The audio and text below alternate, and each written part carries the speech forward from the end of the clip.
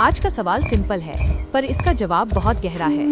आज हम छोटी उम्र में ही फाइन लाइन से डरते हैं, हेयर फॉल से परेशान होते हैं और पिगमेंटेशन को लेकर इनसिक्योर हो जाते हैं। और जैसे जैसे उम्र है, एंटी एजिंग एक नॉर्मल टॉपिक बन जाता है। लेकिन जरा सोचिए, एंशिएंट इंडिया में जब न कोई क्रीम थी, न सीरम, न कॉस्मेटिक ट्रीटमेंट, तब भी लोग लंबी उम्र तक स्ट्रॉन्ग बॉडी, क्लियर स्किन और शांत मन के साथ जीते थे। ये कोई कहानी नहीं, ये आयुर्वेद का लिखा हुआ सच है।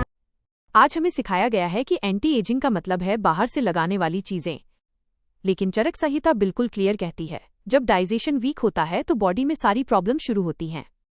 स्किन डल होना, जल्दी रिंकल्स आना, hair fall, hormonal imbalance, fatigue, memory weakness, इन सब का रूट एक ही है, कमजोर डाइजेशन। एंशिएंट इंडिया ने कभी स्किन को अलग से ट्रीट नहीं किया। उनके लिए स्किन बॉडी का मिरर थी। अगर गट क्लीन है, लिवर स्ट्रांग है, ब्लड प्योर है तो स्किन अपने आप यंग दिखेगी।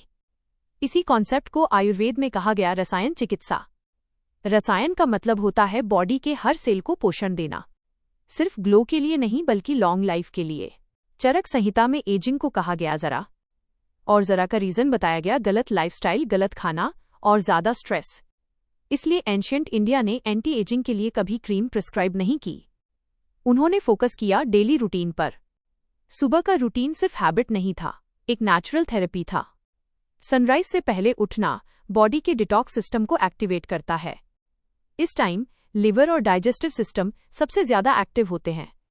इसलिए कहा गया, उठते ही गर्म पानी पियो।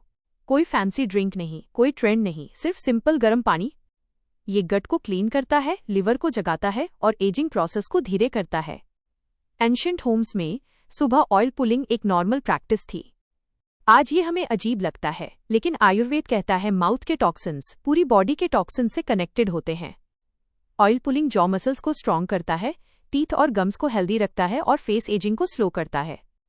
एंशिएंट इंडिया ये समझता था कि एजिंग सिर्फ बॉडी की नहीं होती, माइंड की भी होती है। स्ट्रेस सबसे बड़ा साइलेंट एजिंग फैक्टर है। इसलिए प्राणायाम और डीप ब्रीदिंग सिर्फ एक्सरसाइज नहीं थी, ये हार्मोनल बैलेंस के लिए थी।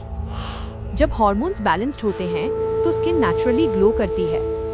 एंशिएंट इंडिया में खाना सिर्फ टेस्ट के लिए नहीं था, खाना मेडिसिन था। चरक कहता है, जो व्यक्ति गलत समय पर खाता है वो अपनी उम्र खुद कम करता है। इसलिए सबसे हेवी मील दिन के बीच में लिया जाता था, रात का खाना हल्का और जल्दी। आज हम रात को हेवी खाते हैं और फिर एजिंग को ब्लेम करते हैं। आंवला को आयुर्वेद में दिव्य रसायन कहा गया है। ये सिर्फ विटामिन सी नहीं, ये सेल्स को रिपेयर करता है। इसलिए एंशिएंट इंडिया में लोग डेली किसी न किसी फॉर्म में आंवला यूज करते थे।